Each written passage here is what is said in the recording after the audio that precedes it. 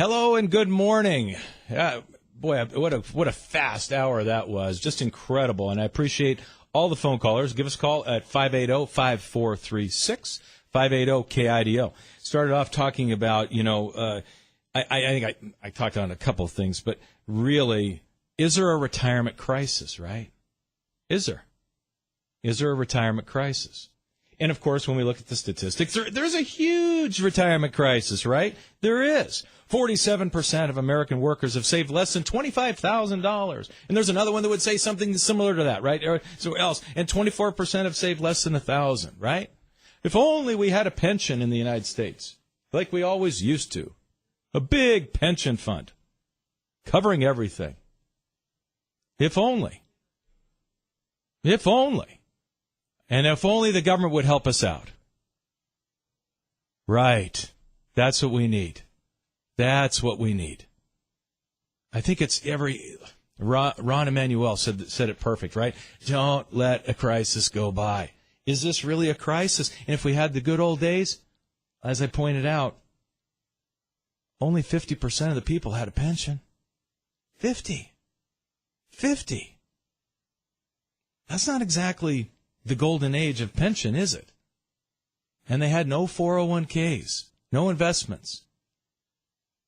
We always have a way of looking back as if things were so wonderful.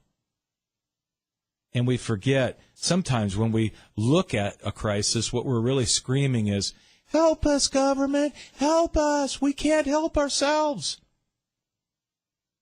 What do we need? Do we need another Social Security?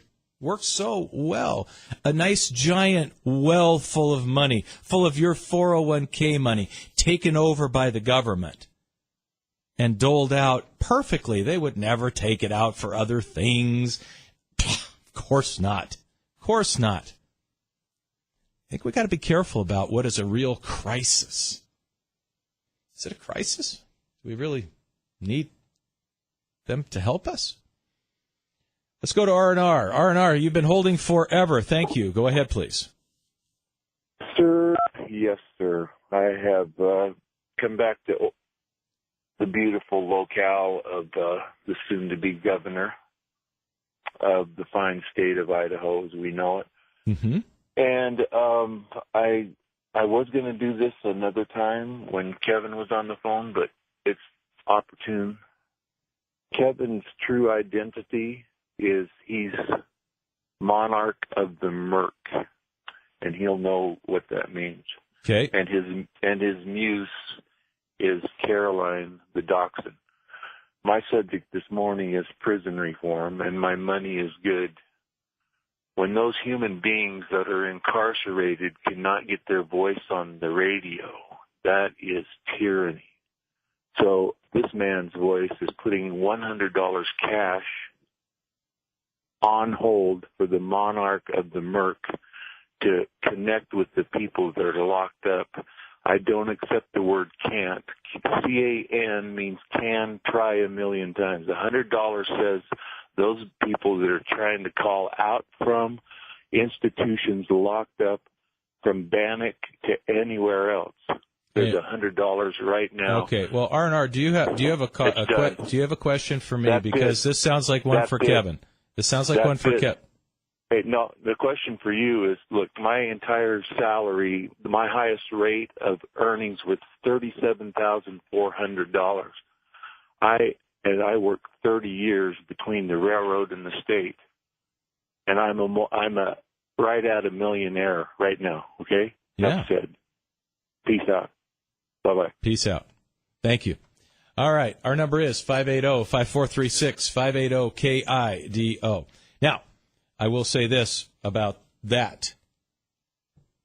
Apparently, at any wage level, we can all put away money and let it grow. A cup of coffee a day. All right, here you go. I've given this before, but I'll find a free ticket to something here if somebody can get this. A cup of coffee a day. Okay, I got a Boise Open pass right here. Two of them. I hope Kevin didn't already sell them all. I'll buy them if we have to. All right, we got two of them. To the first caller that has the answer within, I don't know, within reason. I'll let Ray decide what's in reason. I'll give him the number quietly later. What is a cup of coffee a day, $5 a day for 40 years.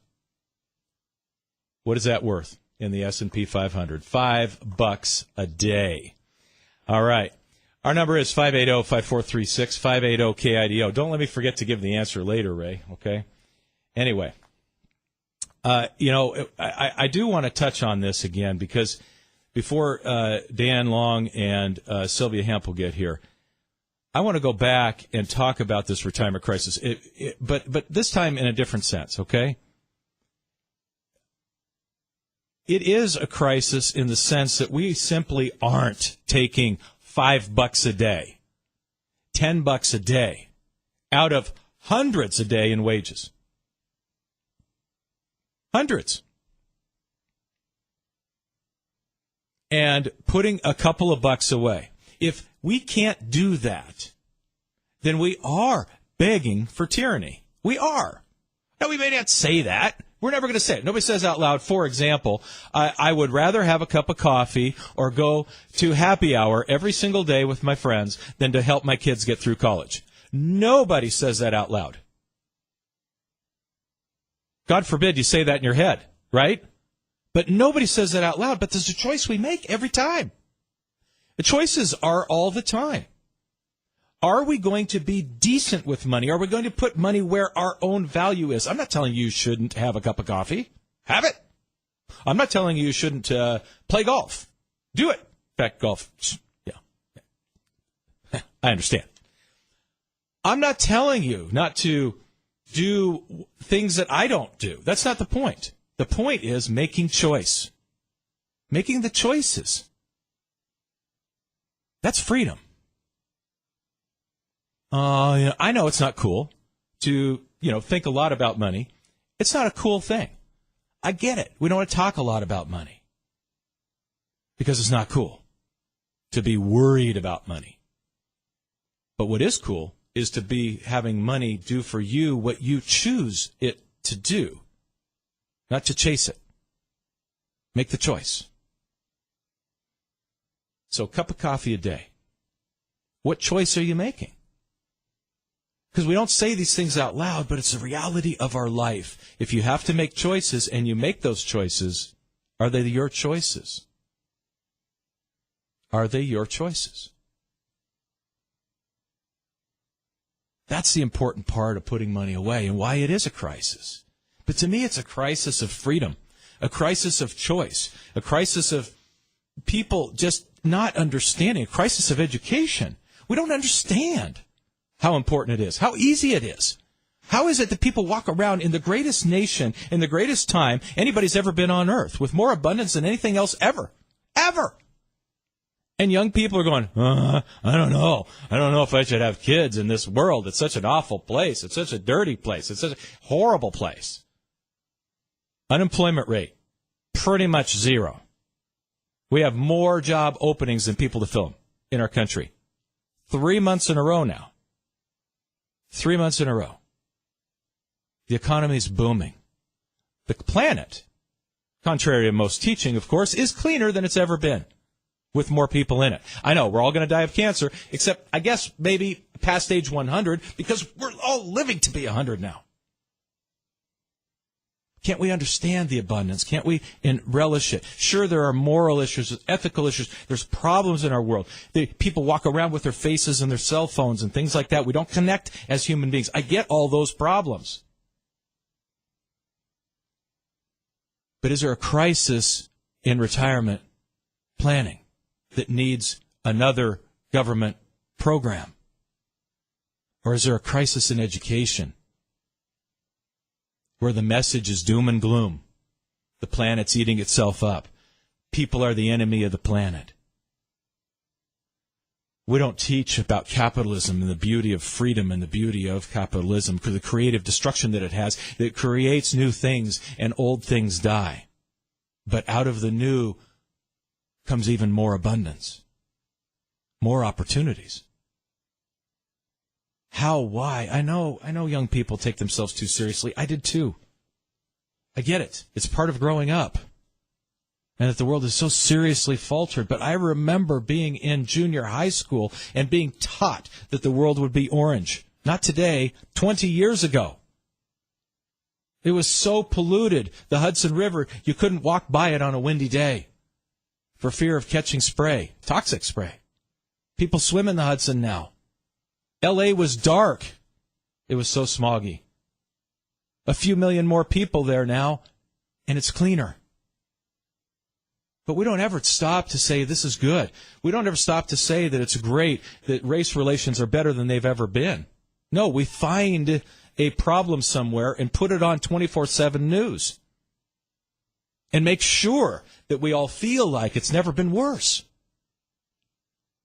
Women are paid better than they ever have been. They come out of school, whether they're doctors. Doctors get paid more. Is that a problem? Women doctors getting paid more? Is that a problem we need to solve? Can we do better? Of course. But is it a crisis that needs more intervention, that needs us to get all fussed up about, to get all excited about, that it isn't getting better? Here in a few minutes, you're going to hear from a very successful female business owner. Incredibly successful. You know what I'd say? Only in America. Not America sucks and women are abused. Can we do better? Of course. And by the way, okay, I have 2 daughters and 3 granddaughters. No sons. I don't know why. I believe I'm being punished. Seriously, we always are seeing dark. I don't know why. Everything is a crisis. Everybody walks around offended. I assume somebody, some jerk, probably from California or something like that, is going to cut me off today on the road. I don't walk around with that offense all day. I don't figure out how, if somebody said or called me a boy instead of a man, how I need to be offended by that. Somebody looked at me wrong. Somebody said something about Christians. Somebody said something about white guys that I need to find offense. About Boise, about whatever. About Republicans. We just find offense everywhere, and we find reasons to just get all wound up and tighten up instead of just looking around and seeing abundance. And when we do that, we miss it. We not only miss life and love and all those other wonderful things and happiness, but we miss living forward. Here in a few minutes, like I said, we're going to talk to a couple business people, and I'm going to tell you right now that one of the common characteristics, like I said earlier, about millionaires and successful business people is optimism. They see the world clearly for what it is. Optimism is the only realism. It's getting better and better. But there's something wrong with this when all we ever talk about and see is what's wrong. We can't ever stop and say it is getting better. The Hispanic unemployment rate is the lowest ever. The black unemployment rate is the lowest ever. Can we not celebrate that? Or is it we can go find somewhere to say that the racism is so overwhelming in this country when it's not? All right. I'm going to take a quick break here. And when we come back, we'll hopefully take some more of your phone calls. Our number, 580-5436. I got to dial it back, I know. 580-5436, 580-KIDO. We'll be right back. Hello, welcome, and thank you for joining us. 580-5436, 580-KIDO. Maybe you have a different opinion than I. On the last little rant there, I just got wound up. Too much coffee, something. Anyway, I think things are pretty darn good in this world. And before I introduce these two fine business people who share a lot of common traits, I want to, first of all, tell you, as we were discussing earlier, a cup of coffee a day for 40 years, $5 a day. So we talk about it's so hard in this country, how to get ahead, retirement crisis. There's not. $5 a day for 40 years is $1.4 million. That's what the S&P 500 has returned. $1.4 million. How hard is that? It's $150 a month in a world of such abundance. That's why I say there is really not a crisis here. There's in retirement, there is, but it's a crisis of education, putting money away, simple little amounts. All right, let's jump. We've got a couple minutes left here before we got to get to news break. But I've got two really good friends here today that I'm going to start with Dan, because I've known Dan for, 30 years? Dan Long. 30 with years A1 now, Plumbing. yes. My goodness gracious. Back in the John Dwayne days here, Ray was here, of course, but that's where we got to know each other was through radio here 30-some years ago. Yep, it's been a great run. Been a good friend of mine for many, many years. And Sylvia Hempel, but maybe not 30 years. Not but quite. A long time. I'm just barely that old, Dave. Barely. Just barely. Well, Dan and I, too, yes. Let's not forget who made the introduction. That's right. That's exactly right. You introduced, and she introduced me and my girlfriend. So how about That's that? right. How about It's kind of a triangle. That's kind of a real triangle. It is. That's right. That's right. So anyway, but great friends. But I also, I wanted to talk about this. Sylvia, you were on, I don't know, a year ago or something when we did this as well. But I also I wanted to talk because you guys have been so successful in business, and you have run Clearview Cleaning for, you basically started with you. I did. Out of necessity. 22 years ago. 22 That's years right. ago, as a single mom. As a single mom, had given up my career, got married, found myself getting divorced, and now I had 4 little kids, different age groups, but found myself in a situation where I needed income and didn't have any, had no support, and started cleaning people's homes, which quickly led to cleaning their office spaces, which 22 years later brings us to our company being the largest woman-owned company in Idaho with close to 400 employees and still growing. Wow, 400 employees. Yes. Yeah, you're actually not just in Idaho, though. You're the Pacific Northwest, correct? That's right. We're also in Utah, Oregon, and Washington. Terrific, terrific. Well, congratulations. That's quite a run. Thank you. That's quite a run. And still going. Yes, you are. Still running. And still running and running and running. Running and running. Yes, yes. Sometimes it feels like a treadmill, I imagine. It does. All right. So I don't know. I never told you guys what I want to talk about at all. So I'm just going to kind of hit this, and we have a news break. Then we're going to have plenty of time in the second half to talk about these things. Great. But Dan, you too. I'm going to circle back. The first thing I wanted to ask is how you got started in business, and I'm going to ask you how you started. Sure. I've always been very entrepreneurial. When I was about 13 years old, I started having businesses all the way up until all the way through college. Started with a lawn newspaper route all the way into a lawn care business. My brother and I started that business, and I would go out and do the selling, and he would do the mowing of the lawns. And I thought, this works out pretty good. What I need to do is find some people that can work really hard, and I can sell. Yeah. So anyway, that's how I got started. Very entrepreneurial, and I got my journeyman plumber's license.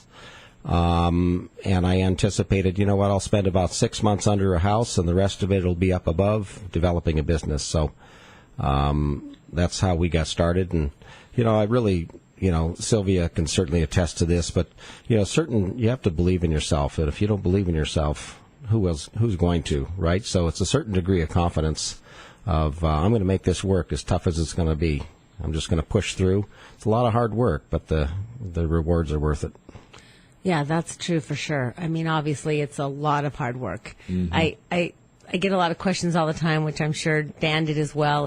And now, 22 years later, it all looks so easy. Right. And everybody's, I'll get comments sometimes of, gosh, you're so lucky. And I always say, yeah, it's funny because the harder I work, the luckier I get. Mm-hmm. Mm-hmm. And we do. There is no question that there's people that come into your life. There's fortunate that you get a big break. I think of a few in my life where you just kind of get a big break. There's something that really an important person comes along, takes a shining on you, and it can shift things. But unless you're working hard at it every day, you're never going to bump into somebody. They're not just going to come knock on your door. Well, you were talking earlier about a cup of Starbucks, $5 a day in savings. I remember when I first started this business, I think I was working for like 40 cents an hour because I was literally putting in that many hours. Right. And so it is that difficult when you first start out. But I think Dan's right. You really have to believe in yourself in order to make your own business work, but also to really just put in that effort. You have to be willing to put in that effort. Mm-hmm. Yeah. You do, and set a lot aside. All right, we're going to go on, okay? But we've got to take a break here for news, and so we're going to go ahead and do that. If you have any questions here as well, it's 580-5436, 580-KIDO. We'll be right back. Hello, welcome, and thanks for joining us. 580-5436, 580-KIDO. If you have an email question, that's dave@petsofinancial.net. Again, here with Dan Long with A1 Plumbing, formerly of A1 Plumbing. You built it from up to a substantial plumbing company here. Yes, and we're going to talk a little bit about some of that build here upcoming and what you see as that. And also Sylvia Hampel, who's built up Clear, what is it? Clearview. Why do you have such a hard time with this? Clearview Cleaning. Cleaning, that's it. I know. Let me help you with this. Yes. It's a clear view into your space. Got it. We want to offer people a clear view into their space. I like it. There you go. From you to 400 employees? That's now? right. That's and growing. And growing. Nuts. You're crazy. You're crazy. A little, yes. I have been told that. That's right. All right. So I want to talk about this because it's something I talked about a little bit earlier, and that is some of the common traits of people who are successful in business. And you all both are. But one of the things, and I'm going to toss out, there's hundreds and hundreds of business books, the 5 Keys to Success, the 7 Habits of Super Successful People, all these things like this that go on and on and on. So I know it's not as easy as two or three things. But for you, what do you think those are? What is the most important thing? I know we already touched on hard work. I get that. It is hard work. But what else? I really think for us personally, honesty and integrity. I think that you have to build that trust and that relationship not only with the people that you're doing business with, but also with the team that supports you. And I think that has to happen all the way around. And for us in our company, that's something that I really value. And just really taking care of the people that work for you. Good. Mm-hmm. Yeah. And I'd like to just step back just a bit and, what is success? Because I really think success is different for everyone. Yeah. And R.W. Stone was like the Dale Carnegie of years ago. He said, he gave a wonderful definition. He says, success is nothing more than the ratio between what you could have become and what you've actually become. So, to me, a success is much more holistic than how did your business do, or did you sell your business or something like that. How's your life? Mm-hmm. Are you raising a family? Mm-hmm. Do you have good relationships? Do you, and the business is a big part of that, a huge part of that, but it's not all of it, right? And the business, I've always looked at the business as just a way of fueling and putting that life together. But you know what? There's always, so this whole thing about a success for me, every morning I wake up and I say, you know what? There's still something out on the table out there. There's some things that you're being called to do, to serve, right? Mm-hmm. And sold the company 10 years ago, but I'm still working really hard. Yeah. Right? 4:50, my alarm goes off. I'm headed to the gym. Yeah. Well, Dan, I got to tell you, this is something that's very true. I've seen you move from working, in a vocation every day to quotes retirement, but it's not really retirement because now you're doing business coaching. Yes, that's so exactly this is an interesting point you bring up. So are you working, as you're working with these business people, are you working also on the whole person when you're talking about this as you are within the business? Yeah, I don't get into the life coaching. I don't go into like a lot of stuff, but to me, running a small business, it's all consuming, right? I don't know if I went to a funeral about 3 years ago for a gentleman that was in a small business, and I approached him several times to help him out. Well, I went to his funeral, and if you don't think that was a somber moment to sit there and watch a guy carried out while his daughter is holding a grandchild that will never meet this man, right? The business consumed him. He died of a broken heart. And there's 2 ways out of a business, and that is you either get carried out feet first, or you walk out on your own terms. And that's really my approach. What is this business all about? And it should not be your life. Right. It's a part of your life. That's a good point. Good point. So, Sylvia, is your business your life, or are you expanding off of that? That's an interesting point. How do you find balance? How do you find balance? I'm going to explain that for our listeners today, but I think you already know me better than that. I'm quite the world traveler, and even when we started the company, I always say we, and I want to clarify that real quick. I'm often asked, why do you say we when you have this company? And the company is mine, and I am the sole owner of this company, and I did start this company. But I always say we because I feel that we, as in the team, as in everyone that works for us, is also a part of this company. And so it's very habitual for me to include and incorporate the family that I work with. And I think Dan brings up a very good point. The people that I work with are also an extension of that. But when my children were smaller, I also kept the business at a very manageable level because really my children were my priority. And they still are, but now they're grown. And so now I can move on to other things. So it's absolutely work-life balance for me. I spend a lot of time traveling. I love to golf.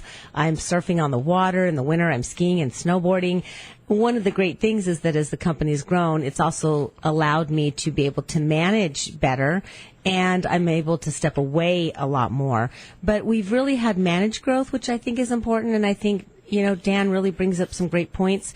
For me, it is 100% a balance. I love to have fun. I love to have a good time. That's in all aspects, whether I'm working or playing, but absolutely it's 100% a balance. And I've seen it too where people just become consumed and it's morning, noon, night. And that's all that they're thinking about. And you're right, Dan, at the end of the day, life's short. And I really love this journey called life, and I like to enjoy every bit of it. Good, good. I'll tell you, with that, we got to take a quick break because I want to leave a big chunk of time for us to go through a number of things. What you would think maybe the key to your success, what would you change if you had to do over again?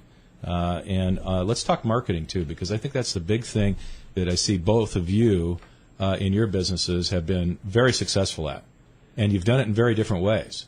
And but at the same time, most people, that's what they struggle with, I think, in business the most. With that, we'll take a quick break, and we'll be right back. Hello, welcome, and thank you for joining us. And again, of course, Kevin will be back next week, and tomorrow, I guess, is another recording. But right now, we're live at 580-5436, 580-KIDO. And I'm live with two really good friends of mine. As we were talking earlier, it's just been interesting that, we met through each other, and I met my very close girlfriend, my very dear girlfriend, through you, Sylvia. I mean, it's just crazy. And I've known you, Dan, for Dan Long, with A1, formerly with A1 Plumbing, now doing the Sandbox Group and business consulting for 30 years, and you for 20 years. It's crazy. Both of you have won the Small Business of the Year award in Idaho. Yes, mine was in 2008. And ours was in 2010. That's how Dan and I met, was through the Boise Chamber Small Business of the Year Award. Yeah, so we're both alumni of that, and I've got to be quite honest. I was sitting out in the audience after I had won, and as an alumni, you keep going back to see who's going to win. And there was a pretty hot-looking chick up there in 2010. Single hot-looking chick. I'm sorry, she did ask me to toss that in before. I'm an old married man, 37 years this year, but you know what? So it's like, you know what? I got to find out about this young lady's business. So I walked up to her booth afterwards, and she goes, "Oh, my God, Dan Long, I wanted to talk to you." So we have been friends for a number of years now. That's 8 years ago. Yeah. So that's been a long time. And in 2010, when we won that Small Business of the Year award, we had 50 employees. Wow. And now we have almost 400. Wow. That's the growth we've had in the last 8 years. Yeah, absolutely incredible. Okay, now I'm going to say that both of you, to me, epitomize this particular trait that I think is the key for business people. You're both optimistic. Oh, boy. Yeah. I don't think there's a pessimist that has a successful business out there. Do you? I mean, no, it's a key trait. And you've probably read this before, Dave, but there was a study actually conducted, and they talked about, they wanted to know what the common denominator of human success was. Why are these people so successful? So they put a bunch of information into a computerized model, and they immediately eliminated education. They eliminated religion and race. But what they did find is that every one of these 100 people that were considered extremely successful were resolute good finders. Right. So these are people that find goodness in themselves and in others and in all situations in life. And they affirm others as well. Isn't that what your business is all about, Sylvia? Is just lifting people up? Yeah. And affirming them? I think that's a great way to put it. And I think you're right too, Dave. I was just kind of thinking about that and I thought, you're right. I'm continually optimistic. Even when something happens or there's a problem, all I think about is, okay, what can we do right now to get this problem taken care of and get this problem solved? And I always say that, really also as a business owner, you're just a problem solver. You can't let that get you down. You have to just move forward. There can be no real bad days. You own the company. That's an interesting thing. I've given a lot of talks that I give in just different formats, and I'm always asked different questions, and it's always interesting because I'll tell people like the pros and cons of having your own company. And one of the things, I always bring up is that, you can call in sick whenever you want. I'll say things like that. I'll always contrast it like, well, you can call in sick whenever you want, but yet you can't because you're the company owner. You can never call in sick, right? You have to be on point. Yeah. And part of that is, I think, just really being optimistic and having a good outlook in life and just moving things forward. I really believe in just constantly moving things forward. Yeah, I literally had a set of pom-poms on my desk. Cheerleaders? Because I had to recognize that I've got to... And don't forget the fun meter button. I got the fun meter button too. But I had pom-poms on my desk. And because I had to remind myself, if I am not inspiring, if I am not a person of great joy and inspiration, how am I going to, right? Yeah, that's what a leader does. And I literally, there was times that I was down and out. But I grabbed those pom-poms and it was good for me to just say, okay, I'm this way right now with the door closed, but by God, when I go downstairs, I'm the guy, right? That's leadership, is leading yourself, right? Not becoming a problem in the business. We want to solve problems, make sure you're not one of them. One of the things that, it just kind of popped in my head when we were you were saying that was, really it's one of my sayings that I've always had and told myself sometimes is, especially when you're new in sales, I'm like 19 years old, who's going to give me money? Thank you for doing so, though. Those 5 people in the whole wide world that did allowed me to survive. I appreciate it very much. But the point is that it's hard. And if you ever actually look at yourself in the mirror, I would have just curled in the ball. I had holes in the bottom of my shoes. Things like that. I'm making this about me. What I'm trying to say is you reach those dark times, but you just have to ignore the reflection. You just have to fake it till you make it. Believe in yourself. And believe in yourself. And I think that sometimes it's easier said than done. I mean, we can sit here and we can talk about it. We're all successful sitting here. But I think, and I've often also been asked, and the backstory is that obviously, and obviously Dave and Dan, but I've been out on my own since I was 16. I had my daughter when I was 16 years old and was truly homeless at that time with my daughter and put myself through school, finished high school, put myself through college. And then went on to get married and got divorced and found myself in that similar situation again. And I'm not going to say that there aren't those times. And, you hear people and it is difficult and there are those struggles. It is hard. And it's hard. You really have to overcome those thoughts, like you were saying, of like maybe just thoughts that are, how do I overcome these difficulties? What can I do? Or like you said, you're 19 years old. I mean, I was 16 years old. Who's going to give me a job? How am I going to get this done? I think it's tenacity. You've really just got to be tenacious and you've really got to want it. I think you've got to, I always tell people to set goals and you want to set manageable goals, but then you also want to set goals that are maybe not obtainable. Set obtainable goals and non-obtainable goals. Because when you set obtainable goals, like even at a young age, you just say, okay, I want that first client. This is my goal. This is the person I'm going after. And I tell everybody, write those goals down. Make 5 of them manageable and make 2 of them almost unattainable. Like this is the sky and the pie. And it's interesting to me how many times I'll write those, those up high, those sky goals, and those goals will end up coming to fruition. And I think that it's important to have that. And then when you reach those, it's just that amazing feeling of accomplishment. Right. That's true. It's true.